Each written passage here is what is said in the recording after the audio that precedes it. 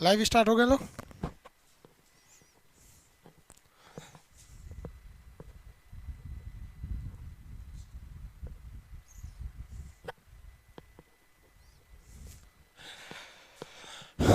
Good morning class, सब लोग को गुड मॉर्निंग। देखिए आप सब लोग अब लाइव हैं लोग। अब ध्यान से समझिए, इससे पहले वाले क्लास में थोड़ा सा प्रॉब्लम आ गया था। गुड मॉर्निंग सब लोग को। एक ही बार सब लोग को गुड मॉर्निंग भाई, इतना धड़ाधड़ गुड मॉर्निंग नहीं करिए। चलिए अब थोड़ा सा क्वेश्चन आंसर हो जाए जिस जो इससे पहले पढ़ाए थे। आप लोग की बड़ा शिकायत थी कि सर लाइव नहीं है। भाई देखिए सर्वर जो था ना, वो ज़्यादा स्टूडेंट को कितना झेलेगा, 2 लाख लड़कों को झेलना आसान नहीं होता है। तो सर्वर थोड़ा जब तक नहीं बढ़ गया तब तक लाइव नहीं थे। इस वजह से आपको छोटा छोटा क्लास ले रहे थे, ताकि जब लाइव नहीं है ना तो थोड़ा ही क्लास में आपको ले। तो आप लोग तो मार फोन कर करके पगला दिए। देखिए अब से लाइव हो गए, अब कोई प्रॉब्लम नहीं होगा आप लोग को। अब जो क्वेश्चन पूछना रहेगा पूछ लेंगे। गुड मॉर्निंग सब लोग को, गुड मॉर्निंग। विकास, सोनू, धर्मेंद्र जी, विक्की जी, सब लोग को गुड मॉर्निंग। स्टार्ट। प्रणाम सर, प्रणाम प्रणाम, सत श्री अकाल, नमस्ते, आदाब, सलाम, जय हिंद, सब जो भाई सब लोग को जय हिंद। चलिए अब थोड़ा सा टॉपिक पे आते हैं, उसके बाद लास्ट में आपको कुछ समझा देंगे। अब आपके क्लासेज जो चलेंगे ना वो रेगुलर चलेंगे, जो 1.5 घंटा का बोलते हैं वो चलेगा। आज आपका क्लास 1 घंटे से ऊपर की रहेगी, उसके बाद कल से 1.5 घंटे का। पहले आधा घंटा का चल रहा था, हम खुद मजबूर थे क्योंकि हम आपको रिकॉर्डेड दे रहे थे। तो रिकॉर्डेड में आपको पूरा कैसे देंगे अच्छा से। अब लाइव आप फटाफट पूछ सकते हैं। बस भैया गुड मॉर्निंग। अब पीडीएफ खुल जाएगा आपका, अब डाउनलोड भी हो जाएगा, अब दिक्कत नहीं आएगा। अब आप ना पीडीएफ को डाउनलोड कर सकते हैं, खुल सकता है, अब कोई प्रॉब्लम नहीं होंगे। जो पूछना है अब आप पूछ सकते हैं। देखिए जो भी चीज़ हम आपको लाइव पढ़ा रहे हैं वो लाइव में दिखेगा। लाइव में आप देखे होंगे जो लाइव वही खुलेगा जो उस दिन का डेट है। अब कई लड़के नीचे जो लॉक किया हुआ है लाइव में वो खुल ही नहीं सकता है। आज कल का तारीख का आज खुल ही नहीं सकता। आप पेड किए रहें चाहे नहीं किए रहें, उससे बहस नहीं, खुलेगा ही नहीं। लाइव का मतलब होता है जिंदा, मतलब जिस टाइम हम आए उसी टाइम खुलेगा। उसके अब कल का चीज़ आज कैसे लाइव होगा। तो जो आज हम पढ़ा दिए हैं, मान लीजिए आप किसी को शादी है आज, मान लीजिए दूल्हा बना है, तो आज का क्लास कैसे करेगा। तो फिर कल वो इसको लाइव क्लास में नहीं देखेगा। यही चीज़ कल नीचे चली जाएगी वॉल्यूम 1 में। समझ में आ गया कि नहीं आ गया। वो वॉल्यूम आपका प्रीवियस क्लास है। अब समझ रहे होंगे। मैप का क्लास कब से होगा। हाँ भाई मैप का क्लास। गुड मॉर्निंग, जय हिंद जय हिंद। हेलो सर, जेपीएससी का सिलेबस कुछ सब समझा दे। ये बकलोलवा सब सिलेबस पे भागता है सब। एक बात बताइए तो आप सुनिए ध्यान से, हम सिलेबस के हिसाब से पढ़े हैं। हम सिलेबस के हिसाब से पढ़े रहते तो कुछ नहीं समझ में। आपको भैया कोर्स कंप्लीट करनी है। हम आपको फिर बताते हैं, हम आपको 47 चलाना सिखाएंगे। आप जाके मारिए पाकिस्तानी को, चाइनीज को, किसी को मारना है, हम आपको कंप्लीट करा देंगे, चाहे जेपीएससी हो चाहे यूपीएससी हो, आप नहीं फंसिएगा। समझ में आया। मैप का क्लास के लिए सर कल पीडीएफ डाउनलोड नहीं हो रहा था, अब हो जाएगा भाई। अब कितनी बार बोले पीडीएफ कहाँ से मिलेगा भैया, पीडीएफ कहाँ से मिलेगा। आप वॉल्यूम में जाइएगा, वहाँ के बगल में ऊपर पीडीएफ लिखा होगा। अभी इतना चीज़ हमको सिखाना पड़ेगा आपको। अब क्लास के बाद आप ट्राई कीजिएगा, पीडीएफ डाउनलोड हो जाएगा। जिनका नहीं हो रहा होगा, आपके मोबाइल में अपडेट नहीं हुआ होगा, कल हो जाएगा, आप टेंशन नहीं लीजिए। बिहार दरोगा का एग्जाम, हाँ चलिए अब सुन लीजिए ध्यान से। अब थोड़ा इन्फॉर्मेशन सुनिए। बिहार दरोगा का आपका 25 तारीख से टॉनिक बैच स्टार्ट होगा। वो आप लोग को टॉनिक बैच दिया जाएगा। जो पॉलिटी के लड़के हैं लोग, अब आप लोग बताएंगे आप फीस दीजिएगा कि नहीं दीजिएगा, जिसमें आपकी खुशी। चलिए ध्यान से। तो 25 तारीख से हो जाए, उसमें हम आपको लगभग 500 से 600 के बीच में क्वेश्चन आपको कराएंगे। आप उतना क्वेश्चन पढ़ के चलिएगा, आपका एग्जाम नहीं छूटेगा। समझ में आ गया कि नहीं आ गया। बस अब उससे ज़्यादा नहीं बोलेंगे हम। ये हो गया दरोगा का। अब मैप की बात देखिए बाबू, मैप का फी जो है ना, इंडिया का मैप पढ़ेंगे तो 200 और वर्ल्ड का मैप पढ़ेंगे तो 200, 400 लगता है। लेकिन जो लाइव ऑलरेडी पढ़ रहे हैं, जैसे आप लोग हैं ऑलरेडी इनरोल हैं, तो आप लोग के लिए थोड़ा सा फी कम कर देंगे हम। कल आप लोग को बोल देंगे, कल आप लोग एडमिशन ले लीजिएगा, कल 150 में हो जाएगा। इंडिया भी पढ़ लेंगे, वर्ल्ड भी पढ़ लेंगे, फिजिकल, पॉलिटिकल, थेमेटिकल सब पढ़ लेंगे। वर्ल्ड मैप, एटलस, ग्लोब सब पढ़ा देंगे 150 में। समझ में आ गया कि नहीं। आप लोग जानो भाई, जो लाइव वाले हैं, यूट्यूब वालों को बाद में। यूट्यूब वाला भी है सब अपना ही है सर, लेकिन लाइव वाला थोड़ा ज़्यादा अपना है सर। इसलिए लाइव वाले कल आप 12 बजे से खरीदना चालू करिएगा। 12 बजे बोले तो कल आपका जैसे क्लास इंड होगा आप परचेज कर लीजिएगा, ठीक है। कितने में, 150 में। केवल कल भर 150 में होगा, उसके बाद फिर वो 200 हो जाएगा, फिर 400 हो जाएगा। जिस तरह आप लोग पॉलिटी बहुत लोग 11 रुपये में खरीदे थे, उसके बाद से फिर कितना में हो गया, कितना में हो गया, समझ में आ गया। तो कल आप 12 बजे से आप खरीदिएगा। थैंक यू बोल रहे हैं भाई, थैंक यू। अब आप सबसे बड़ा थैंक यू मेरे लिए ये नहीं होता है थैंक यू, आपकी नौकरी हो जाए वही सबसे बड़ा थैंक यू मेरे लिए, ठीक है। वीडियो क्वालिटी जो है हाई है, वो 1 हफ्ते लगेंगे उसको मतलब कंट्रोल करने में, वो तुरंत नहीं होता है। वो यहाँ से आपको कैलिफोर्निया रिक्वेस्ट भेजना पड़ता है, फिर वो करते हैं। इंडिया में कोई गूगल का सर्वर तरवर नहीं काम करता है अच्छा से, आप समझ रहे हो। बाकी सब चीज़ पीडीएफ डाउनलोड करने का ऑप्शन दे देंगे आपको, नहीं खुल रहा होगा आज तो कल खुल जाएगा, क्योंकि एक दिन अपडेट नहीं होने लगता है। कल 12 बजे यानी कल ये क्लास खत्म होने के बाद आप मैप परचेज कर लीजिएगा, 150 में हो जाएगा। ज़्यादा से ज़्यादा कोशिश कीजिएगा 2 बजे तक में कर लें, 12 से 2 के बीच में, 2 घंटे में, फिर जाएंगे तो लेट हो जाएगा। उसके बाद की बात है और वीडियो क्वालिटी की, तो उसको उसके लिए अपडेट कर दिया गया, 1 हफ्ते में अपडेट हो जाना चाहिए। और क्या भैया, दरोगा के लिए 25 तारीख से हो जाएगा। और क्या आर्टिकल 39 के बारे में बताना था, आर्टिकल 39 तक बता दिए थे। Video quality PDF, I love you sir, हाँ भाई आई लव यू।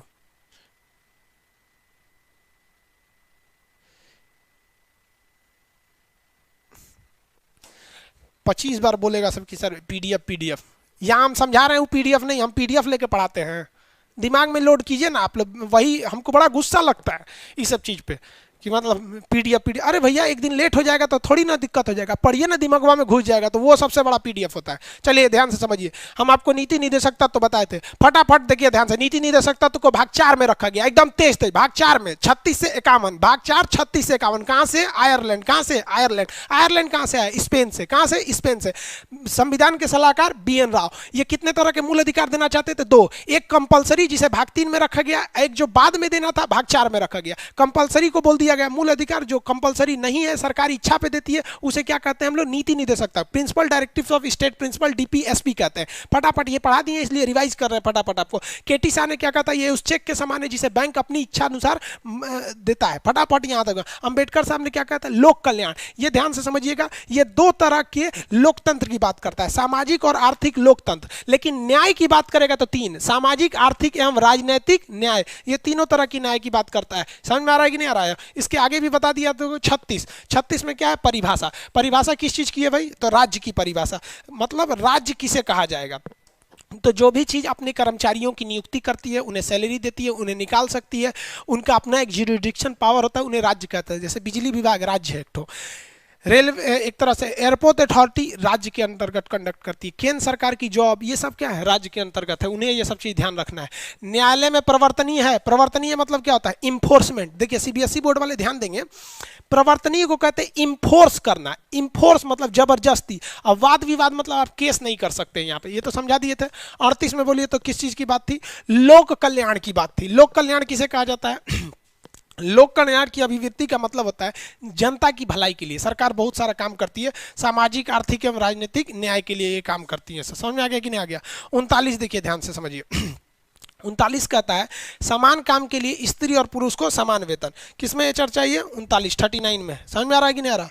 39 तक तो समझा दिए थे। हाँ, समान काम के लिए समान। 39 का फर्स्ट, निःशुल्क विधि सहायता देना है। निःशुल्क विधि सहायता का मतलब किसी कोई गरीब है, उसे कानून समझ में नहीं आता है तो दरोगा उसको समझाता है, ये कागज लाओ, ये लाओ। लेकिन दरोगा मतलब समझते हैं ना, द रोवा चाहे गावा, लेकिन द रोवा चाहे गावा, उसी को कहते हैं दरोगा। वो बहुत पैसा ले लेता है सब। तो समान न्याय मिलना चाहिए।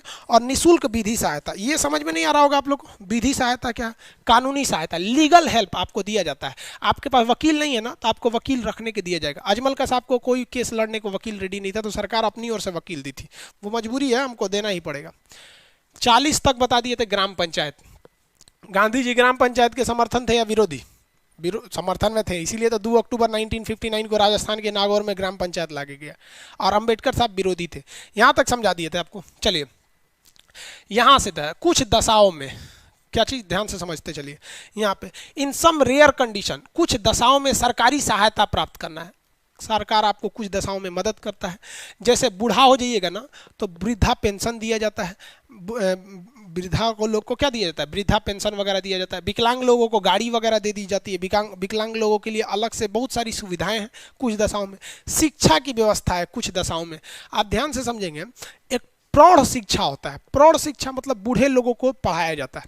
अब जैसे बूढ़ा आदमी है, पढ़ाई लिखाई नहीं किया है बूढ़ा आदमी, तो क्या करेगा? पतों से झगड़ा करेगा, कौन सी कर रही है रे, हई कर रही है। गांव का देखिएगा ना, बूढ़ा आदमी को कोनो काम धाम नहीं रहता है, भोरे भोरे उठ जाता है गांव में, और चाय की दुकान पे बैठ जाएगा। चाय की दुकान पे कुर्सी नहीं रहता है, बिजली का जो पोल होता है ना, उसी को गिरा देते हैं सीमेंट वाला, लाइन से 10 गो बुढ़वा रहेगा उस पर बैठल बैठल।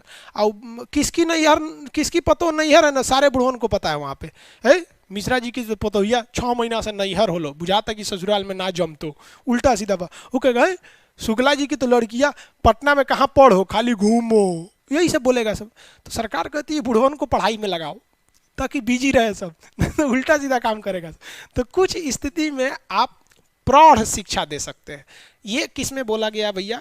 31 में। कुछ दशाओं में, ध्यान से समझिएगा, कुछ दशाओं में 41, 40 तक में तो कोई दिक्कत नहीं, 41 में।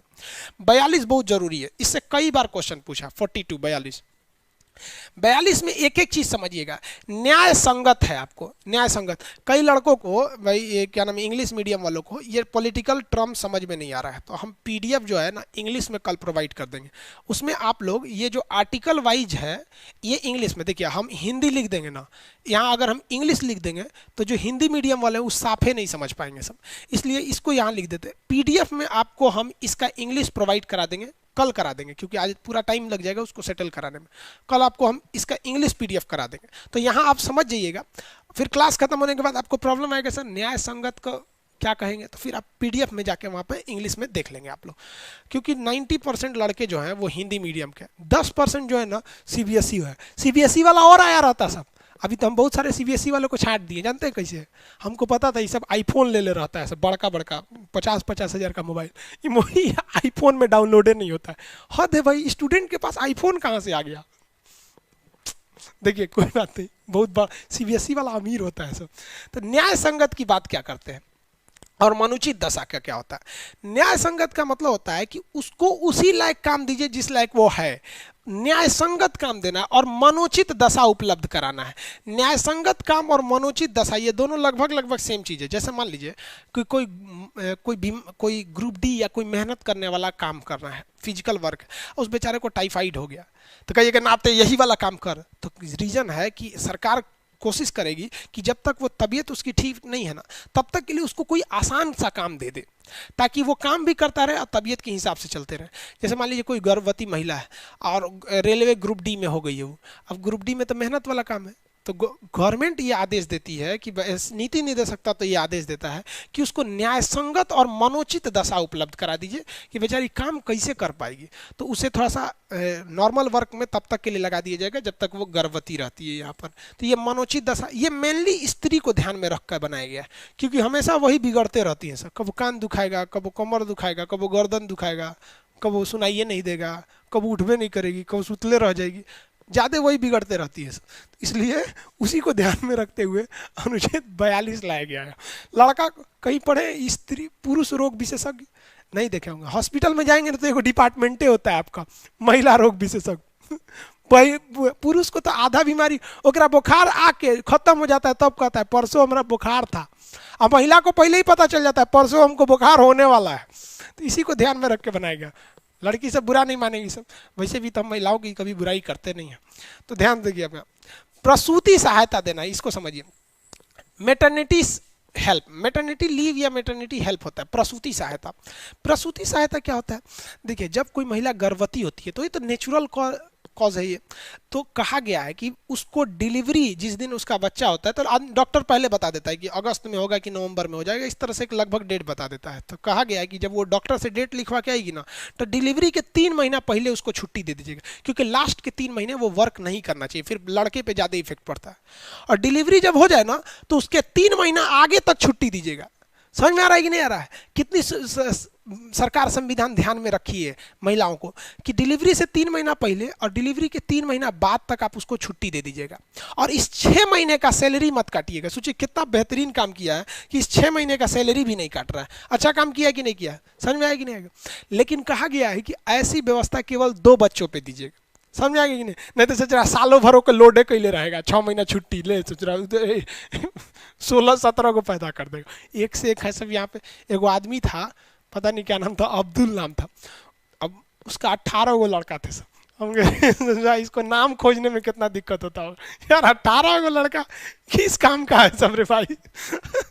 बताइए, तो ये 18 लड़का पे आप प्रसूति सहायता दीजिएगा, सरकार का खजाने खाली हो जाएगा यहाँ पे। तो कहा गया है कि 2 बच्चों पर आप मैटरनिटी लीव दीजिएगा, और मिलता भी है। सरकारी नौकरी में रहिएगा ना तो मिलता है, प्राइवेट वाले नहीं देते हैं सब, मिलता है ये चीज़। और अगर गर्ल्स लोग जो ड्यूटी करती हैं, लोग दरोगा में या किसी भी सरकारी नौकरी में, तो उन्हें एक स्पेशल लीव मिलता है मेंसुरेशन साइकिल के लिए। 3 दिन का स्पेशल लीव होता है महीना में। इसको सबसे पहले केरल ने चालू किया था। अभी हर एक राज्यों ने इसे चालू नहीं किया है, लेकिन धीरे धीरे उन्हें भी चालू कर देना चाहिए, क्योंकि उनका वो नेचुरल प्रॉब्लम है, वो कोई नहीं रोक सकता। नेचुरल प्रॉब्लम है, आप भी पढ़े लिखे हैं, आप समझते होंगे। तो आपका स्पेशल लीव मेंसुरेशन साइकिल के लिए, और ये आपका मेटर्निटी लीव इसके लिए।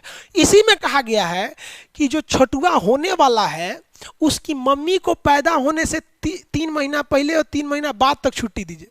और जो उसका बाबूजी है, जो इस सारे कांड के पीछे वही है, वो जो है उसको भी छुट्टी दीजिए। तो क्या 3 महीना पहले से छुट्टी देंगे? नहीं ना, उसको कहा गया कि 15 दिन पहले उसको छुट्टी दे दीजिए और 15 दिन बाद तक दीजिए। काहे के लिए? आखिर उस महिला को देख रेख कौन करेगा?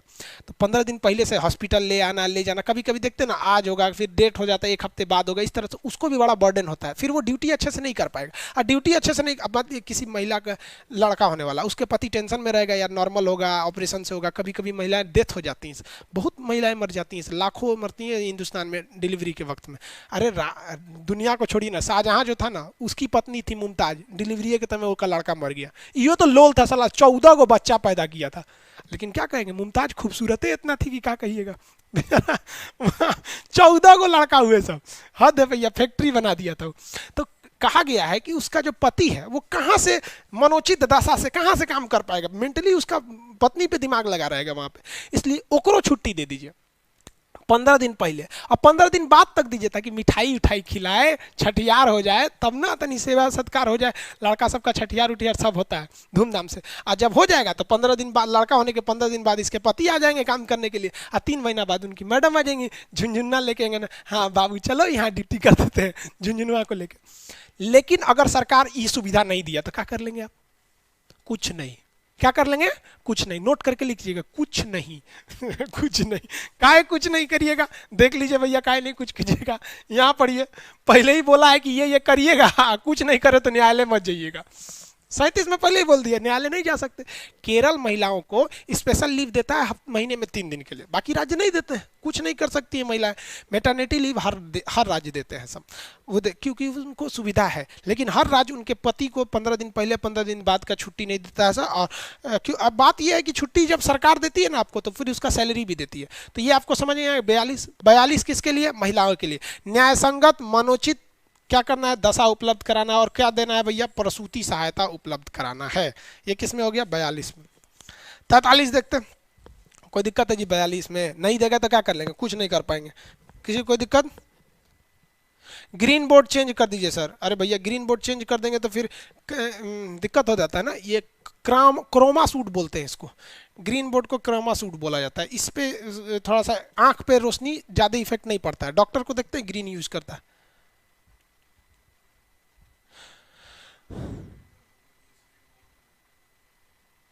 भाई ये पंजाबी में कौन कमेंट कर रहे हैं सर?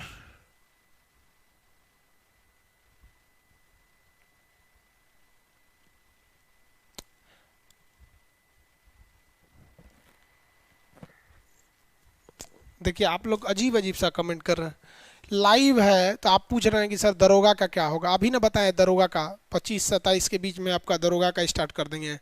और फिर कह रहे हैं कि सर पीडीएफ वगैरह, पहले क्लास वर्क कीजिए ना, फिर पीडीएफ देखिएगा।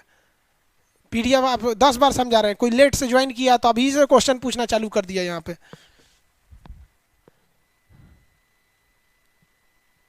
मैप का क्लास पूछ रहा है।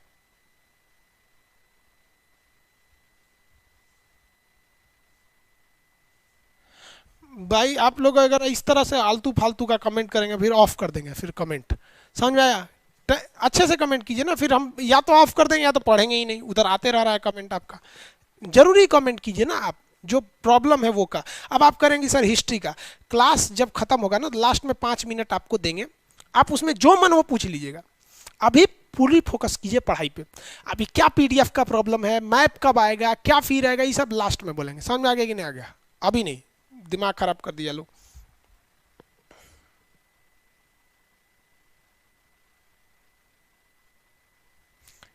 ये कह रहा है कि मेरा भी नाम ले लीजिए, इसका नाम है बकलोल कुमार।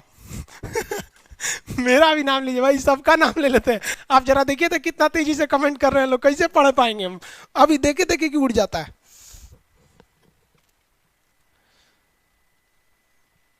बसंत मौर्य, विकास, शुभम, सबका नाम ले लिया, अमरजीत जी, सब लोग। चलिए देखिए ध्यान से यहाँ पे 43 देखते हैं। 43 आर्टिकल 43 क्या चीज कहता है, ये इंपॉर्टेंट है। देखिए कैसे, निर्वाह मजदूरी, लिविंग वेज। निर्वाह मजदूरी मतलब क्या होता है, लिविंग वेज। ये मैच करता है, जानते हैं किससे मैच करता है, याद कीजिए आपको। अनुच्छेद 23 में कहा गया था किसी से आप बेगारी नहीं करा सकते हैं। बेगारी का मतलब होता है काम कराकर पैसा नहीं देना। ये 23 में था, याद है आपकी नहीं? 24 में क्या था, 14 वर्ष से कम बच्चों को आप खतरनाक काम में नहीं लगा सकते। लेकिन 23 याद कीजिए, याद है ना 23 क्या था? 23 में कि किसी से बेगारी नहीं करा सकते। बेगारी का मतलब काम कराने के बाद पैसा नहीं दे सकते। तो वो तो वहां एकदम 23 है तो हमारा मूल अधिकार है, अब तो कोर्ट में पहुंच जाएंगे। लेकिन यह क्या कह रहा है कि निर्वाह मजदूरी दीजिए। लेकिन मतलब क्या है निर्वाह मजदूरी, लिविंग वेज मतलब कि इतनी सैलरी दीजिए ना कि उसकी जिंदगी चल सके, निर्वाह कर सके, जीवन का निर्वहन कर सके। समझ में आ गया कि नहीं आ गया? कितना कर सके? जीवन का निर्वहन वो आराम से कर सके, तो लिविंग वेज। अब वहां क्या कह रहा था, आपको कुछ ना कुछ तो पैसा देना ही, और नहीं देंगे तो केस कर देगा। लेकिन यहां कह रहा है कि आपको इतना पैसा देना है कि जिंदगी बीत सके। इसका बहुत मिसयूज होता है, क्योंकि ये तो 43 है भाई। जब 43 है तो 43 होने के कारण इसको तो आप नीति नहीं दे सकता, तो मैं रखेंगे हाई कोर्ट में या सुप्रीम कोर्ट में नहीं जा सकते। इसका सबसे अच्छा एग्जांपल दिखेंगे आपको स्कूल में। जो स्कूल होते हैं ना प्राइवेट स्कूल, ये महिलाओं को मिस को टीचर में रख लेते हैं। मिस मिस जी ये करिए, 1500 से लेके 4000 रुपया सैलरी होती है इनके बीच में। 1500 रुपया अगर किसी टीचर को आप महीना की सैलरी दीजिएगा तो क्या पढ़ाएगा भैया? वो पढ़ाएगा? पैसवा में बड़ी जान होता है। आपको पता है सुबह से हम चाय नहीं पिए फिर भी पढ़ा रहे हैं। नहाए कि नहीं नहाए जी? नहीं नहाए। आज देर से सो के उठे थे, रेलवे वाला भी बैच था, उठाए सर रेलवे का बैच, उठ गए। देख रहे हैं यहाँ पे क्यों? क्योंकि आप लोग पैसवा दिए हैं लोग, और जान रहे हैं हम कि जितना हम अच्छा से पढ़ाएंगे उतने आप पैसवा दीजिएगा। बहुत गर्मी होता है पैसवा में, ये नहीं देखता है। भूख लगल है, अभी बोलना नहीं जा रहा है, लेकिन हम स्टोर किया हुआ ऊर्जा खींच खींच के पढ़ा रहे हैं आपको कि ना पढ़ाएंगे उसके बाद चाय पियेंगे, नाश्ता करेंगे, चाहे कुछ भी करेंगे, उससे पहले नहीं कर सकते हम लोग। रीजन क्या है? क्योंकि भाई पैसे मिलते हैं। सर प्राइवेट स्कूल में वो बेचारी को 1500 रुपया सैलरी है, उतना में उसका खाली मेकअप का खर्चा निकलता है। वो भी सोचती है घर बैठने से अच्छा यही काम कर देता है। ये दिक्कत हो जाता है। तो ऐसा नहीं कि केवल सरकारी स्कूल में, हर जगह प्रॉब्लम हो गया है। इंजीनियर करने के बाद कॉल सेंटर में बैठा दिया, 8000 पे उठा रहा, हेलो मैं वोडाफोन से आपकी क्या सेवा कर सकता हूँ, जान लेने के लिए 1 दबाएं, जान देने के लिए 2 दबाएं, इस टाइप का देते हैं सर ना वहाँ पे। तो कह रहा है कि सैलरी इतना दीजिए कि कम से कम जिंदगी बीत सके। निर्वाह योग मजदूरी, ये नहीं कि दिन भर करा के उसको 8 रुपया थमा दिए जाओ। अब 8 रुपया भी अगर आप थमा दीजिए ना तो वो अनुच्छेद 23 का उल्लंघन नहीं है, क्योंकि अनुच्छेद 23 कहता है कि फ्री में नहीं करा सकते, तब वो हाई कोर्ट चल जाएगा। फ्री में करा देंगे तो कह रहा 8 रुपया देवे किए हैं। अब भाई कम से कम कितना देना आपको? निर्वाह मजदूरी, इसी को कहते हैं हम लोग न्यूनतम वेतन। तो आप लोग एक तो बनवाते होंगे आय प्रमाण पत्र कि हमारा कम से कम कितनी सैलरी है, तो न्यूनतम आय बना देंगे, किसी को कोई दिक्कत नहीं। लेकिन इसमें कुछ चीजें बाद में भी जोड़ी गई, जहां क ख ग देखिएगा ना, समझिए कि बाद में जोड़ लें। 43 का क में कहा है कामगारों की भागीदारी।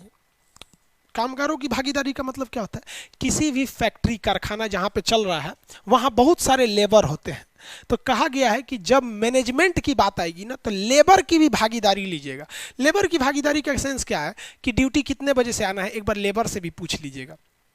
छुट्टी दशहरे की कब से होनी चाहिए, कब तक होना चाहिए, मतलब कोई भी डिसीजन लेने से पहले आप कोशिश कीजिएगा कि उसमें जितने काम करने वाले हैं उसमें भागीदारी होनी चाहिए। और ये अच्छा भी है। जैसे आपका पॉलिटी का क्लास 11 बजे से लाइव होता है, मान के चलिए हम इसे एक्सटेंड करना चाहते हैं, चेंज करना चाहते हैं, तो हम कह देंगे एक काम करो पॉलिटी का क्लास रात 2 बजे से होगा। तो हम तो सब कुछ है, हम कर देंगे, तो आपको आना ही पड़ेगा 2 बजे, नहीं तो बाद में आप रिकॉर्डेड नहीं करेंगे, आप वॉल्यूम वाले सेक्शन में जाके पढ़ना पड़ेगा आपको, लाइव नहीं पढ़ पाइएगा इसे। तो क्या ये अच्छी बात है? गलत बात है। तो संविधान वालों ने इसे कह दिया है कि कोई भी डिसीजन से पहले आप अपने कामगारों से डिस्कस कर लीजिएगा। तो हमें कोई भी डिसीजन लेना होगा, बैच के लास्ट में 5 मिनट आपसे बातचीत करके डिसीजन ले सकते हैं। अभी कोई चेंज होने वाला नहीं है, हम एक समझा रहे हैं। तो कहीं भी आप अपने घर में भी रहिएगा तो देखिएगा पिताजी माताजी कोई डिसीजन लेते हैं ना, तो आप अगर बड़े हो गए तो आप लोगों से भी सलाह मशवरा करते हैं। समझ में आ गया कि नहीं? तो इसमें कहा गया है कि ऐसा करना चाहिए, लेकिन प्राइवेट कंपनियां जल्दी करती नहीं है। प्राइवेट को गोली मारिए, सरकार नहीं करती है। कैसे एग्जाम्पल देते हैं? बीएसएनएल, बीएसएनएल को सरकार ने बेच दिया, आधा से ज्यादा बेच दिया बीएसएनएल को। क्या बीएसएनएल के किसी कामगार कर्मचारी से पूछा कि आपको हम बेचने जा रहे हैं? नहीं ना पूछा। और आप लोग को भी बोलते हैं आप लोग जितना बेहतरीन ढंग से पढ़ाई करते हैं, जब सरकारी नौकरी लग जाती है ना, तो आप ही लोग सरकारी को बर्बाद करते हैं। आप ही से पूछते हैं, अगर एक प्राइवेट ट्रेन रहे और एक सरकारी ट्रेन है, ट्रेन छोड़िए अभी, सरकारी प्राइवेट तो पूरी तरह से आया नहीं, बस बस देखेंगे ना, सरकारी बस भी है प्राइवेट बस भी है, किस में आप चढ़ना चालू चाहेंगे? प्राइवेट पे, क्योंकि वो फैसिलिटी सर्विस देता है। और सरकारी वाला है तेरी क्या, हमारा 40,000 तनख्वाह मिलेगा, आओ चाहे मत आओ, भाड़ में जाओ यहाँ पर। तो गलती उन लोगों ने भी कुछ ना कुछ किया है। इसलिए जनता का मोह जो है वो सरकारी कर्मचारियों से थोड़ा सा उजड़ गया है। जनता सरकारी कर्मचारियों के फेवर में नहीं उतरती है, वही उतरते हैं जो सरकारी नौकरी में हैं या तैयारी कर रहे हैं कि हमें मत, प्राइवेट मत कीजिए। तो कामगारों की भागीदारी का मतलब समझ में आ गया। अब बताइए, तो इसे संशोधन करके जोड़ा, अच्छा किया या गलत किया? कौन बकलोल बोलेगा कि गलत किया? भाई अच्छा ही किया, अच्छा किया ना जी। चलिए अब आगे देख लेते हैं हम लोग। अगला देखते हैं 43 का कौन सा, ख। तो क हो गया ना, ख। कर रहा है सहकारी समिति, कोऑपरेटिव। कोऑपरेटिव का मतलब क्या होता है? सहकारी। मान लीजिए कोई काम करना है तो सरकार की जिम्मेदारी है वो काम करे। जैसे मान लीजिए नहर बनाना है, अब नहर बनाने के बाद उसको किस गांव में सप्लाई देना है, कैसे करना है, तो सरकार पगला जाती है। तो यहाँ कहा गया है कि सरकार कोशिश करेगी कि वो क्या बना दे, कोऑपरेटिव। कोऑपरेटिव मतलब होता है गांव के ही 25-30 आदमी से ग्रुप बना के और वो काम सौंप दीजिए कि लो भैया तुम ही करो। उसे कहते हैं सहकारी। सह मतलब साथ में, कारी मतलब काम करने वाला, को मतलब एक साथ, ऑपरेटिव मतलब ऑपरेट करने वाला। गांव के लोग ही मिलकर किसी चीज को जब ऑपरेट करने लगते हैं तो उसे कहते हैं कोऑपरेटिव। उसमें सरकार केवल डिसीजन देती है कि हाँ हाँ ऐसे नहीं करो, ऐसे मत करो। यह अमूल दूध सुने हैं, कोऑपरेटिव है। सुधा डेयरी, सरकार का भी हिस्सेदारी।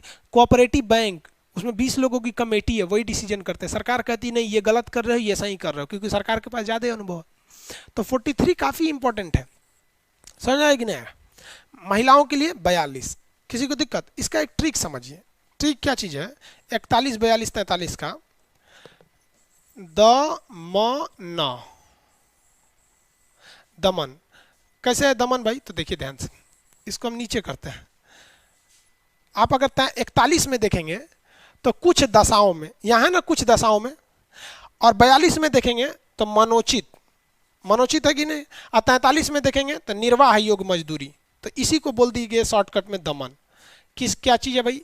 41, 42, 43। 41 में क्या है? कुछ दशाओं में आपको सहायता प्राप्त करना है। म से क्या है? मनोचित दशा देना है। मनोचित, मनोचित क्या है? अब किसी गर्भवती महिला से काम कराएगी, उसके मन के लिए उचित है? नहीं ना। किसी कोई बीमार पड़ गया उसे काम कराएगी, उसके मन के लिए उचित है? नहीं है। तो म से मनोचित। और न से क्या है? निर्वाह योग मजदूरी। उससे इतना नौकरी, उससे इतना काम कराएगी कि उसकी जिंदगी का निर्वाह हो सके। तो 41, 42, 43 इसका शॉर्टकट में क्या है? दमन। 10 है कुछ दशाओं में सरकारी सहायता, विकलांग महिला, विधवा, वृद्ध, इस सबको। म से मनोचित। अब मनोचित में से तो इतना ध्यान रखिए कि गर्भवती महिला भी इसी की कैटेगरी में आ जाते हैं। निर्वाह योग मजदूरी मतलब कम से एक मिनिमम सैलरी आप कम से कम उनको दिया कीजिए। यहाँ तक समझ में आ गया? किसी को कोई दिक्कत नहीं?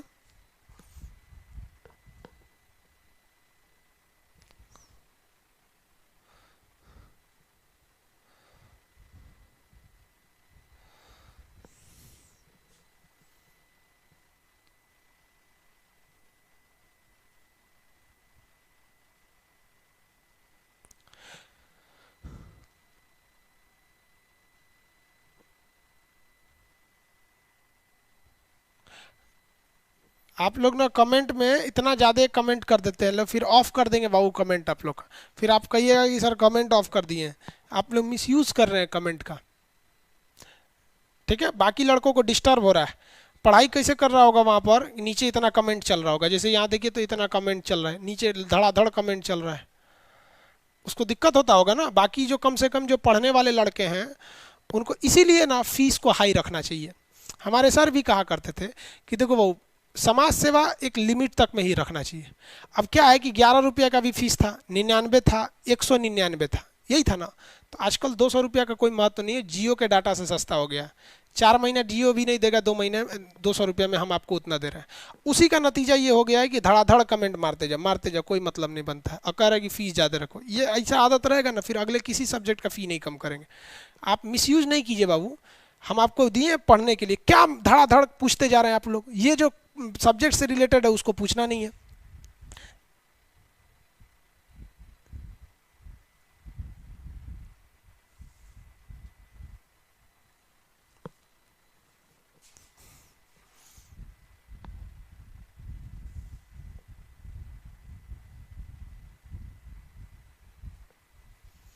चलिए बाबू, जिनको कमेंट से प्रॉब्लम हो रहा है ना, सुनिए ध्यान से, जिन लड़कों को कमेंट से प्रॉब्लम है फुल स्क्रीन कर लो, फुल स्क्रीन कर लीजिएगा, आप मोबाइल में कमेंट नहीं दिखेगा, सबको छोड़िए, कुछ कुछ बेवकूफ़ी है।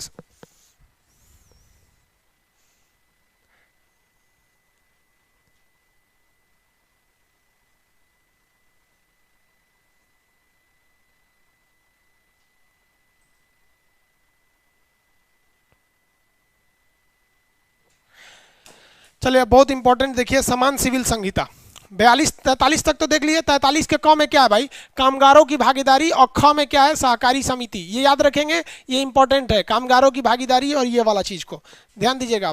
अब बहुत इंपॉर्टेंट हो जाता है आर्टिकल 44। देखिए समान सिविल संहिता, समान सिविल संहिता, हिंदी देखिएगा हम गलत लिख देते हैं इसको। समान को इंग्लिश में क्या कहते हैं, यूनिफॉर्म। सिविल को क्या कहते हैं, यूनिफॉर्म। सिविल को इंग्लिश में भी सिविल ही कहते हैं, कोड, यूनिफॉर्म सिविल कोड। अब इसमें समझिए बहुत इंपॉर्टेंट है, अगर आप यूपीएससी या बीपीएससी का मेंस लिखिएगा तो उसमें यह क्वेश्चन बहुत पूछेगा आपका समान सिविल संहिता के बारे में। चलिए अब देखिए ध्यान से, यूनिफॉर्म सिविल कोड के बारे में कुछ कुछ संहिता आप पहले से पढ़ा होंगे। कुछ लड़के कमेंट कर रहे हैं कि सर रेलवे का बैच कब आएगा। बेवकूफ़, 1 घंटा पहले रेलवे का क्लास स्टार्ट कर चुके हैं, अब उसमें आप समझिएगा। यहाँ पे ज़्यादा उल्टा सीधा कमेंट करेंगे ना तो फिर यहाँ से हम ना ब्लॉक कर देंगे, फिर आप एडमिशन लिए भी हैं ना तो आप पैसा आपका डूब जाएगा, आप यहाँ से लाइव नहीं हो पाएंगे और फिर दोबारा आप परचेज भी नहीं कर पाएंगे। बाकी कम से कम पढ़ने वाले लड़कों को ध्यान से डिस्टर्ब नहीं कीजिए। आप कितनी बार समझाया, बच्चा नहीं ना है। देखिए कुछ नियम समझिए, अगर आप क्राइम करेंगे तो उसे कहते हैं अपराध संहिता, दंड संहिता, जिसे कहते हैं पीनल कोड। आप कोई अपराध कर दिया ना, उसको कैसे लतियाएंगे, उसे कहते हैं दंड संहिता या पीनल कोड। चुनाव में क्या नियम कानून रहेगा, उसे कहते हैं आचार संहिता। समझाएंगे कि नहीं, आचार संहिता।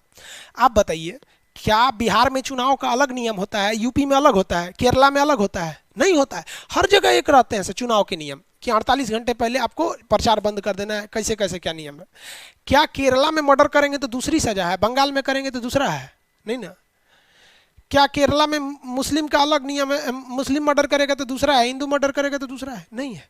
तो हिंदुस्तान में क्रिमिनल कोड सेम है और आपका सिविल कोड भी, मतलब ये आपका जो चुनाव की आचार संहिता वो भी सेम है।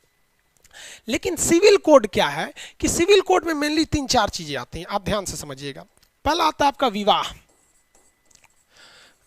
अब विवाह हुआ है तो कहीं ना कहीं तलाक हो जाएगा। तलाक का वीडियो बना के पढ़ा चुके हैं, तलाक की बिद्दत खत्म हुआ है। और क्या हो जाएगा, वसीयत। वसीयत, वसीयत मतलब समझते हैं उत्तराधिकारी। उत्तराधिकारी का कुछ नियम कानून होते हैं। अब ये मुसलमान हिंदू में थोड़ा थोड़ा चेंज होते हैं सब। यहाँ समझिए चौथा, गोद लेना।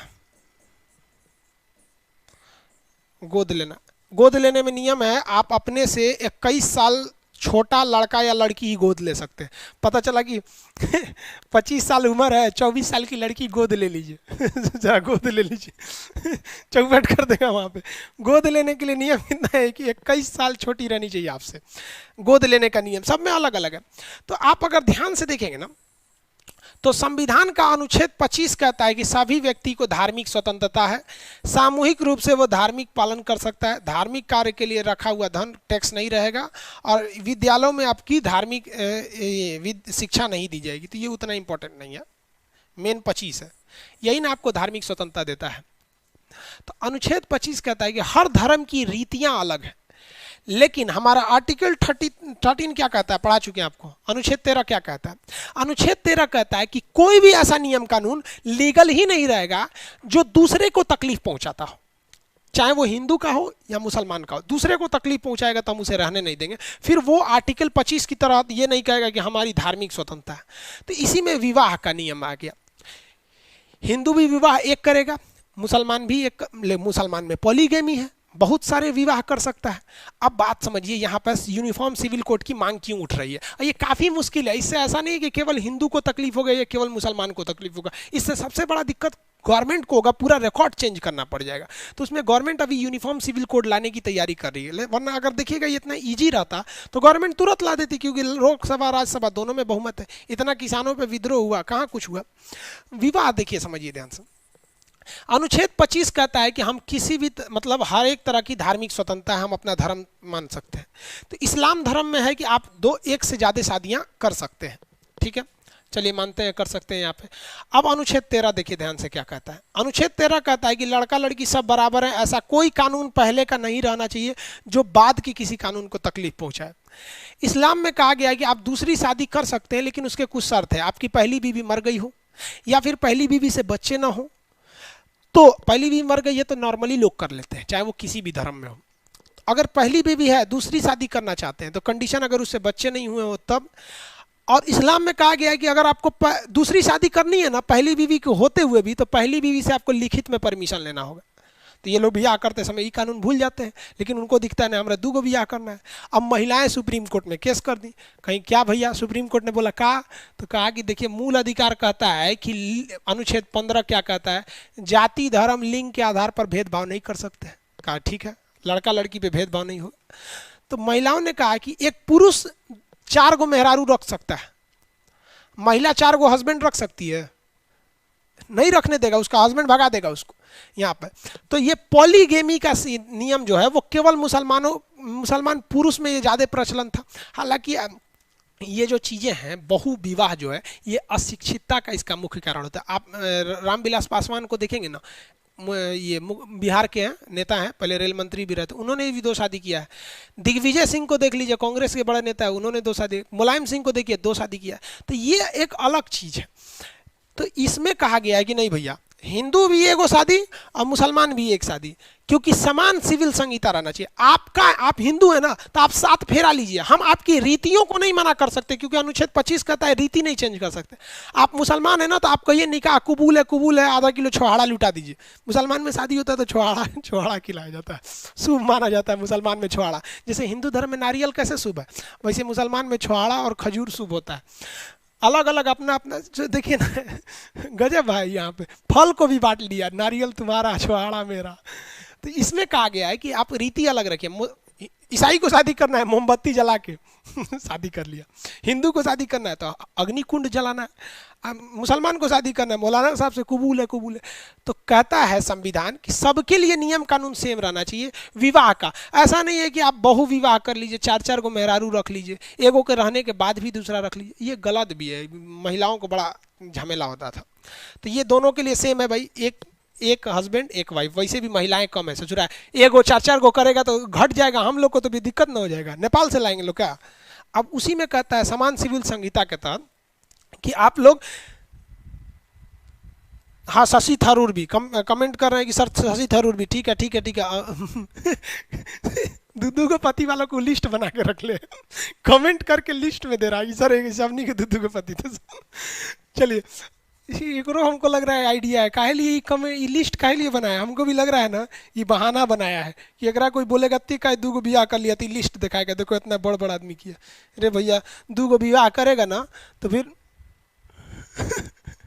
2 बियाह करेगा तो फिर नरक देख लेगा पृथ्वी पे। देखिए तो ये विवाह का कानून हो गया, पॉलीगेमी खत्म कर देगा। तलाक, सुप्रीम कोर्ट ने तलाक को खत्म कर दिया, तलाक के बिद्दत को खत्म किया। तलाक पर हम आपको प्रीवियस वीडियो में बता दिए हैं कि ये महिलाओं के लिए एक तरह के उनके लिबर्टी के खिलाफ था, उनकी पूरी जिंदगी 3 तलाक के अंडर में खत्म हो जाती थी। तो ये अभी भी समान सिविल संहिता आया नहीं है, जिस दिन आएगा ना तो हिंदू भी तलाक दे सकता है और मुसलमान भी तलाक दे सकता है, लेकिन सबको तलाक देने के लिए कोर्ट में जाना पड़ेगा। समझ में आ गया कि नहीं। अब मुसलमान लोग विरोध कर रहे हैं कि नहीं ये हमारे इस्लाम के खिलाफ है, ये है वो है, मौलाना लोग इस्लाम खत्म हो जाएगा। अरे इस्लाम खत्म हो जाएगा, अच्छा इस्लाम खत्म हो जाएगा, हम बोल देंगे तो मुसलमान लोग हमारे खिलाफ हो जाएगा। सुनिए ध्यान से, इसीलिए ये सब बतिया एप्लीकेशन पे बोलते हैं। इस्लाम में नियम है, इस्लाम का कानून, अगर अनुच्छेद 25 कहता है धार्मिक कानून, इस्लाम का कानून है कि चोरी करे तो हाथ काट दो, है ना। कोई मुसलमान चोरी करे ना तो उसका हाथ काटिए, कहिए काहे, काहे काटिए? तो अनुच्छेद 25 तुम्हारी धार्मिक स्वतंत्रता, इस्लाम कहता है हाथ काट दो, तो कहेंगे ना ना हाँ हमारा हाथ काटेंगे, इस्लाम भाड़ में गया, पर हमको भारतीय दंड संहिता इंडियन पिनल कोड की तरह चोरी की सजा दीजिए, 2 साल जेल में रखिए, हाथ काहे काटिएगा? वहां उनको इस्लाम नहीं दिखेगा। वहां भी कहिए ना कि चोर फांसी की सजा इस्लाम में नहीं है, सर काट देना है, महिला कोई गुनाह करे तो पत्थर से मारना है उसको, वहां पे सोचिए चौराहा पे खड़ा करके पत्थर से कूच कूच के मार देता है सब, सर काट दीजिए, मौत का बदला मौत, हाथ का बदला हाथ, आंख का बदला आंख, यही होता है ना इस्लाम में। तो मुसलमान लोग या मुसलमान के मौलाना लोग जो समान दंड संहिता थी उसे मान लिया।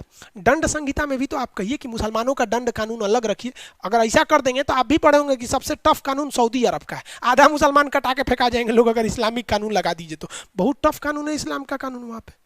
तो वहाँ पे उनका इस्लाम नहीं खतरे में आया, वहाँ कोई मौलाना साहब विरोध नहीं किए। लेकिन ब्याह का जब कानून आ गया तो ना हमारा इस्लाम का अलग कानून है, ब्याह में 2 ब्याह करेंगे 3 तलाक देंगे, सुप्रीम कोर्ट धो दिया यहाँ पे, और हम गारंटी कहते हैं कि गवर्नमेंट लेके चली आएगी यूनिफॉर्म सिविल कोड, पक्का लेके चली आएगी, अभी वो तैयारी में है।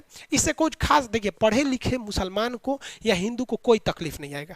कोर्ट अभी भी दरवाजा रखा हुआ है कि आप तलाक दे सकते हैं, बड़े बड़े लोगों को तलाक की अर्जी चलती है। जमुई के डीएम दीपक कुमार का वत्सला के साथ भी नहीं चल रहा है, कोनो पहले से डीएम साहब बोल रहे हैं कि हमारी मेहरुआ पहले से फसल है, कोनो दुकान झा जी से बतिया रही थी, 2700 बार कॉल की थी, गजब हाल है भाई 2700 बार, डाउट वाला बतिये लग रहा है भाई, आप किसी फ्रेंड को 2700 बार थोड़े ना कॉल करिए, लड़का लड़कियां कौन सी बतियाता है सब इतना।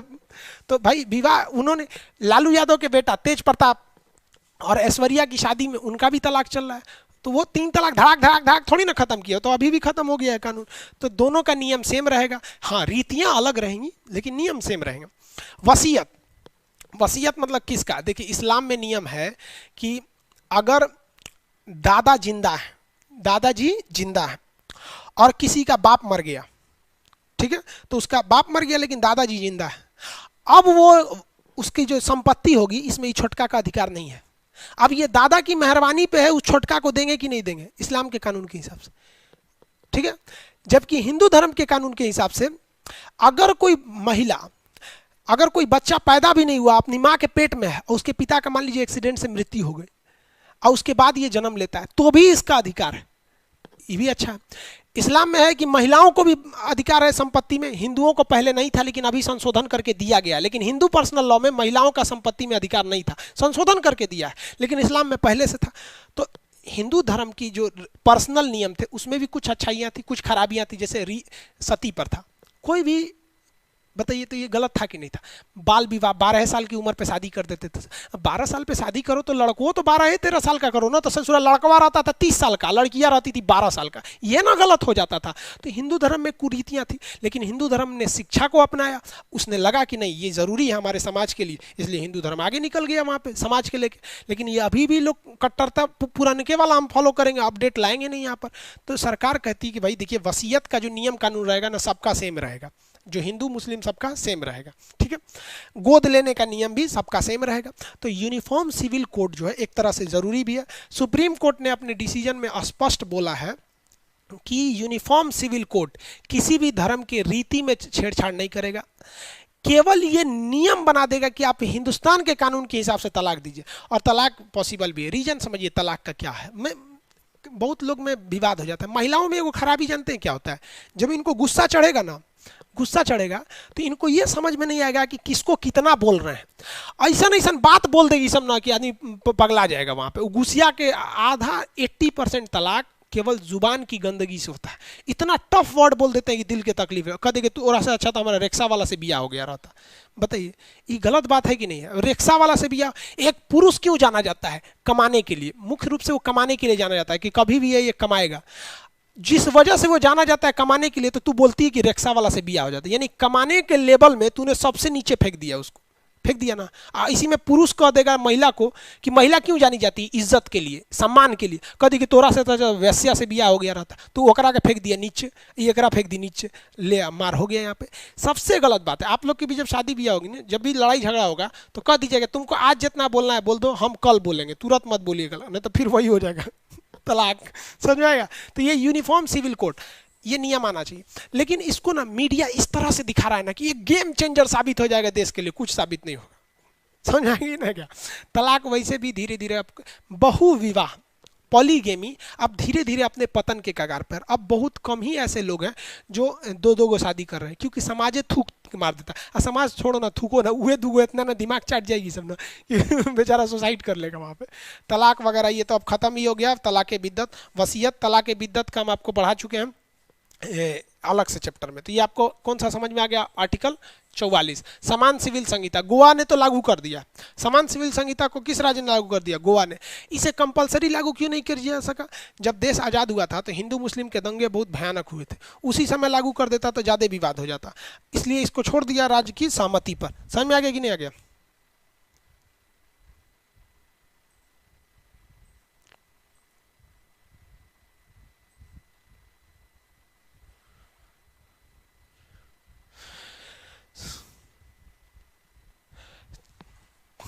चलिए ध्यान से आगे समझते हैं। किसी को कोई कह रहा है कि सर हमारे यहाँ वसीयत को लेके झगड़ा हो गया। भाई होते रहता है वसीयत को लेके झगड़ा। समझ आ गया? मैप का क्लास आज से चालू नहीं होगा जी, फिर कमेंट कर रहा है। चलिए ध्यान से समझते हैं। आज से मैप का क्लास चालू नहीं होगा। अगला आर्टिकल कौन सा होगा? 45। ये समझ में आ गया? आपका पीडीएफ दिया हुआ है, अब क्लास के बाद आप देखिएगा पीडीएफ दिया है कि नहीं। आर्टिकल 45 देखते हैं। आर्टिकल 45। आर्टिकल 45 में क्या चीज़ है भाई? तो देखिए आर्टिकल 45 में बोला गया है 6 से 14 वर्ष के जो बच्चे होंगे उन्हें आप फ्री में शिक्षा दीजिएगा। अब जरा देखिए ये संविधान बना कब था? 1950 में। 1950 में हमारे पास इतने पैसे थे कि हम सबको फ्री में शिक्षा दे सके?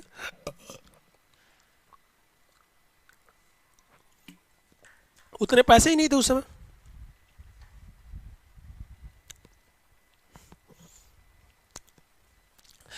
तो जब पैसे नहीं थे उस टाइम 1950 में, तो हम इसे मूल अधिकार में कैसे डाल सकते थे? मूल अधिकार में ये तो रहेगा नहीं, तो इसलिए इसको नीति निर्देशक तत्व में डाल दिया गया कि सरकार की ये जिम्मेदारी है कि सरकार 6 से 14 वर्ष के बच्चों को प्राथमिक शिक्षा दे, कि कम से कम वो नाम वाम लिखना सीख जाए, कुछ पढ़ ले, पूरी तरह से अनपढ़ न रहे। तो प्राथमिक शिक्षा की बात थी। अब बताइए 14 वर्ष के बच्चों को आप बीटेक थोड़ा करा दीजिएगा। ये क्या थी? प्राइमरी एजुकेशन थी, प्राथमिक शिक्षा।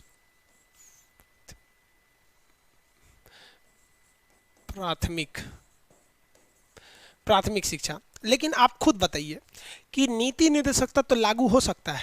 नहीं लागू हो सकता। तो इसके लिए किया गया हमारा 86वां संविधान संशोधन 2002 में। कौन सा संशोधन हुआ भैया? 46वां संविधान संशोधन कर दिया गया। और इस संशोधन द्वारा कहा गया कि नहीं, अब शिक्षा का जो अधिकार है ये नीति निर्देशक तत्व जो हमें निर्देश दे रहा था, अब हम इसे निर्देश न देके इसे कंपलसरी कर देंगे। और इसे कहाँ डाल दिया गया? आर्टिकल 21 का क में। आर्टिकल 21 के क में क्या कर दिया गया? राइट टू एजुकेशन, शिक्षा का अधिकार बना दिया कि नहीं बना दिया? ये तो हम आपको मूल अधिकार पढ़ा रहे थे तो उस वक्त भी बताए थे। शिक्षा का अधिकार क्या हो गया? मूल अधिकार हो गया है। अब आपको कोई प्राथमिक शिक्षा नहीं देता है तो आप जा सकते हैं। 86वां संशोधन 2002 द्वारा इसे कर दिया गया। और इसमें दो बातें कही गई, ध्यान से समझिए। कहा गया कि जो बच्चा 6 से 14 वर्ष के आयु में है, इसमें आप उसे एजुकेशन दीजिएगा। क्या देना है? एजुकेशन, शिक्षा देना है, प्राथमिक शिक्षा देना है। एजुकेशन, एजुकेशन एक ऐसा वर्ड है, एजुकेशन और इक्वेशन ऐसा वर्ड होता है जिसमें पांचों वावेल आते हैं, ए ई आई ओ यू। इक्वेशन भी लीजिएगा तो उसमें भी आ जाते हैं पांचों वावेल। तो इसमें 6 से 14 वर्ष को देना है। और जो 6 वर्ष से कम आयु का है ना, उसके हेल्थ पे ध्यान देना है। किस पे ध्यान देना है? हेल्थ पे। यानी जो पैदा हुआ है, जीरो लिखे, पैदा होते उसके हेल्थ पे ध्यान दीजिएगा। तो आप देखिए ये दिया भी जाता है, पैदा होते तुरंत आपको देखिएगा, लड़का पैदा होगा ना सरकारी हॉस्पिटल में, एक हफ्ता के अंदर उसको बीसीजी का इंजेक्शन, पोलियो का सरकारी हॉस्पिटल में लगता है, आपको 1 रुपया नहीं लगता है। वो तो वहाँ की जो नर्स रहती हैं सब आपसे 10-5 रुपया ले लेती है, सब खुशी से आपको वैसे भी दे देना चाहिए, लो भैया लो 10 रुपया ले लो, क्या जाता है। लेकिन कब गलत हो जाता है कि पैसा दोगे तब्बे करेंगे, ये गलत हो जाता है। यार हम खुशी से दे देंगे, कोई दिक्कत। अब किसी के यहाँ लड़का हुआ भी इतना गिनेगा कि सरकार तुमको दिए रही है, 10 रुपया नहीं देंगे। अरे यार 10 रुपया दे दो, क्या दिक्कत है। लेकिन अगर वो जबरदस्ती मांगेगी, नहीं देंगे तो नहीं करेंगे, ये गलत हो जाता है। तो ये हो गया आपका हेल्थ के लिए। समझ में आ गया कि नहीं आ गया? अब आप ऐसा मत कीजिएगा नहीं 6 से 14 वर्ष के बच्चों को केवल शिक्षा देना है, पहले उनको हेल्थवा ठीक रखिएगा ना। लड़का जब 6 साल से कम रहता है ना, ससुरा हमेशा बिगड़ले रहता है, कब उसका दांत निकलेगा, कब वो पेट दुखाएगा, कभी कुछ होगा। लड़का को क्या हो रहा है पता तो नहीं चलता है क्या हो रहा है। समझ आ रहा है कि नहीं आएगा?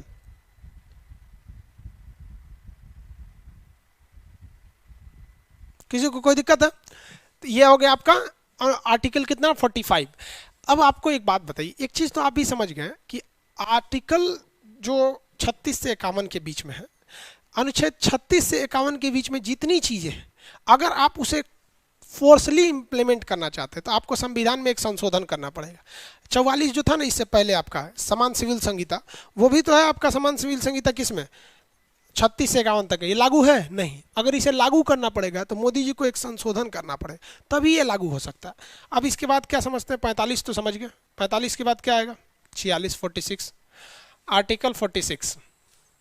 इसमें कहा गया है कि समाज के कुछ पिछड़े वर्ग जैसे SC ST बैकवर्ड, जो बैकवर्ड क्लास है, ये लोग को SC ST या फिर बैकवर्ड क्लास के जो भी लोग हैं, जो शेड्यूल ट्राइब शेड्यूल कास्ट में जो लोग आते हैं, उन लोग के लिए कुछ विशेष प्रावधान है। क्या है भैया? विशेष प्रावधान है। अब आप ये मत सोचिएगा कि यहाँ विशेष प्रावधान केवल शिक्षा में आरक्षण में है, यहाँ हर एक जगह उनको विशेष प्रावधान की चर्चा किया गया है, हर एक जगह। उन्हें पॉलिटिक्स में भी देखना है, देखिए उन्हें कई सीटें होती हैं कि इस बार SC ST ही उठेंगे, वहाँ भी देखना है, सोशली भी देखना है, इकोनॉमिकली भी देखना है आपको। हर जगह में SC ST के लिए क्या है? विशेष प्रावधान की चर्चा है यहाँ पर। और यहाँ पर भी आप ध्यान से समझेंगे कि ये भी है आपका नीति निर्देशक तत्व, इसमें भी आप नहीं कर सकते, लेकिन हमेशा इसमें संशोधन किया जाता है। अभी मोदी जी ने संशोधन किया था ना कि लोकसभा में SC ST का जो आरक्षण है वो 2030 तक एक्सटेंड कर दिया गया। 2020 में आरक्षण खत्म हो रहा था, लेकिन इसे एक्सटेंड करके कहाँ कर दिया गया? 30 तक। क्योंकि आपको भी पता है कि 36 से 51 के बीच जो भी चीज़ें आएंगी वो इम्फोर्स नहीं की जा सकती जब तक कि संसद लागू ना कर दे। तो संसद ने ही लागू किया। देखिए भाई, आरक्षण का जो मुद्दा है ना फुली पॉलिटिकल हो गया है, ठीक है। आरक्षण एक तरह से ज़रूरी भी है, लेकिन कब ये ज़रूरी नहीं है ध्यान से समझिए। जब कोई व्यक्ति ऑलरेडी जॉब में है, जैसे रामविलास पासवान जो है वो पासवान कैटेगरी से आते हैं, शेड्यूल कास्ट में आ जाएंगे, पीछे हैं, लेकिन उनके बेटे को भी अगर आरक्षण दिया जाए तो ये गलत है। लेकिन जो SC ST है उसको देने में क्या है कि आपको पहले भी समझाया था, आरक्षण क्या कहता है? आरक्षण ये कहता है कि समाज जो पीछे हो गया है उसको हम थोड़ा फोर्स करके इसके बराबर लाना चाहते हैं। समझ में आ गया? हम ही नहीं कर रहे कि जो आगे बढ़ गया उसे पीछे ले आना है, लेकिन थोड़ा सा इसके लिए क्या है कि जो एक बार हो गया है ना उसमें थोड़ा सा सुधार की ज़रूरत है। जैसे मान लीजिए कोई बहुत संपन्न हो गया, कोई DM बन गया है, तो फिर उसके लिए में थोड़ा सा सुधार की ज़रूरत है। लेकिन ये सुधार कौन करेगा? सरकार करेगी। अब सरकार पे तो सरकार कोई भी काम करती है उसको पहले ध्यान में रखना होता है वोट नहीं तो फिर सरकार कोई काम नहीं करेगी, हटाएगी, फिर सरकार का वोट खत्म हो जाएगा। तो ये SC ST के लिए विशेष प्रावधान था। समझ में आ गया कि नहीं आ गया? किसी को कोई दिक्कत है? अच्छा हाँ भाई, चलिए डायलॉग में भी 5 वावेल आता है, बहुत अच्छा। आप इंग्लिश PDF प्रिंट कैसे करेंगे सर? बाबू पगला गए हैं क्या? आप PDF प्रिंट करेंगे? पहले लेक्चरवा सुनिए ना, फिर PDF चिल्लाइएगा। हम यहाँ से हटेंगे, वहाँ PDF अलाउ करा देंगे। PDF अलाउ है कि नहीं है? अलाउ है ना? हो गया। आप लाइव चल रहा है तो PDF नहीं ना होगा। सिस्टम एक बार में एक ही काम करता है, पागल कर देंगे सर हम शादी नहीं करेंगे, बस पैसा कमाएंगे और गरीबों में दान करेंगे। भैया हमारा तो थोड़ा पे डाउट लग रहा है, तो ब्याह का ही नहीं करेगा। कुछ गड़बड़ है इसमें, पता करो। धीरे धीरे क्लास टाइम बोलिए सर। चलिए ध्यान से आप समझते हैं। हाँ बाबू देखिए, आप लोग में बहुत सारे चीज़ें हैं जो इसमें डाटा ज़्यादा कंज्यूम हो जा रहा है, हम समझ रहे हैं बाबू। ऐसा नहीं है कि हमें प्रॉब्लम नहीं समझ में आ रहा है, लेकिन आप समझिए ना, गूगल जो होता है ना उसके पास कोई फ़ोन नंबर नहीं है। आप उसे मेल कीजिएगा, मेल का जवाब कब आएगा तभी आपको कुछ समझ में आएगा करेगा कि नहीं। हम लोग कर चुके हैं मेल, जैसे दे देगा हम कम कर देंगे। हम क्या चाहेंगे? आप मेरे जगह आके सोचिए, आप चाहेंगे अपने स्टूडेंट्स को कभी तकलीफ देना? नहीं ना। तो समझिए SC ST के लिए क्रीमी लेयर, हाँ बाबू क्रीमी लेयर होता है, नॉन क्रीमी लेयर होता है, वो हम आर्टिकल 343 में पढ़ाएंगे, आगे है वो बात, समझिए। आपको कोई तकलीफ नहीं होगा भाई, आगे है वो चीज़ें। चलिए ध्यान से देखते हैं, मैप का क्लास आगे बताएंगे जी, CBI वाला बता रहे हैं सर। चलिए हाँ वो आगे बताएंगे बाबू। चलिए चलिए ध्यान से समझिए सर। देखिए OBC क्या होता है, EBC क्या होता है, क्रीमी लेयर क्या होता है, नॉन क्रीमी लेयर क्या होता है, मंडल आयोग क्या था, काका कालेकर समिति क्या थी, ये आगे है बाबू मेरे, आप टेंशन नहीं लिए। देखिए भाई, हम आपको एक बात बताते हैं, जितना हम बोल रहे हैं ना आप उतने कीजिए। आप दिमाग से हटा दीजिए क्या पढ़े, जितना हम बोल रहे हैं आप उतने कीजिए, आपको कोई दिक्कत नहीं आएगा। पॉलिटी में आपको भीमराव अंबेडकर भी आके सवाल पूछेंगे तो आप नहीं, आप ऐसा नहीं है कि आप उत्तर नहीं दे पाएंगे, लेकिन ध्यान से समझिए, एक के बार में कैसे बता सकते हैं पूरा ना। अभी अभी बोल देंगे काका कालेकर समिति, बाउंस कर जाएगा, ये कौन समिति है काका कालेकर समिति, यूपीएससी में क्वेश्चन पूछा है, ये समझे। अब 47 पढ़ते हैं, ये बहुत इंपॉर्टेंट है, इंपॉर्टेंट तो सब है। आर्टिकल 47, चलिए ध्यान से समझिए। यहाँ पर देखिए, पोषाहार, पोषाहार क्या होता है भाई? न्यूट्रिशन। पोषाहार का मतलब क्या होता है? न्यूट्रिशन। हमें अपने बच्चों को, अपने राज्य, अपने देश वालों को क्या देगा? पोषाहार देगा। इसीलिए आपको मिड डे मील दिया जाता है। मिड डे मील नाम सुने हैं? मिड डे मील, बंद कर दो। मिड डे मील क्या होता है भाई? पोषाहार। ये सरकार आपको क्या देता है? पोषण युक्त खाना दे देता है। पोषाहार का मतलब क्या होता है? पोषण युक्त खाना को आपको प्रोवाइड करा दिया जाता है। पोषाहार में सरकार मिड डे मील दे देती है। राशन कार्ड पे आपको खाना देती है कि नहीं? ध्यान से देखिए, राशन कार्ड पे गेहूं मिलता है, चावल मिलता है। सरकार आपको गेहूं महंगा खरीदती है, लेकिन राशन कार्ड पे 2 रुपये किलो दे देती है। तो पोषाहार की चर्चा है, समझ में आ गया कि नहीं आया? पोषाहार की चर्चा। इसके अलावे अगर आप देखेंगे तो सरकार कहती है नशीली दवाई,